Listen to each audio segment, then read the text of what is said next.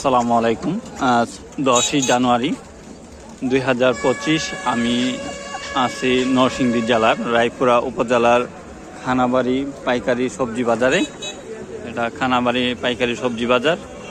সবজির মূল্য অনেক কম।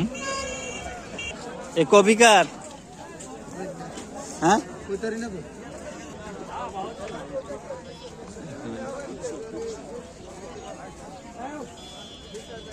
কপি কত করে কইতেছে পাইকাররা? 2 টাকা 2 টাকা পিস কিনা নিছে না? আসসালামু আলাইকুম। আমরা কি পাইকার? সিম কত করে কিনছেন? 35 টাকা কেজি। আর লম্বা বেগুন 25 টাকা কেজি কিনছেন। লাউ কত করে পিস পড়ছে পাইকারি?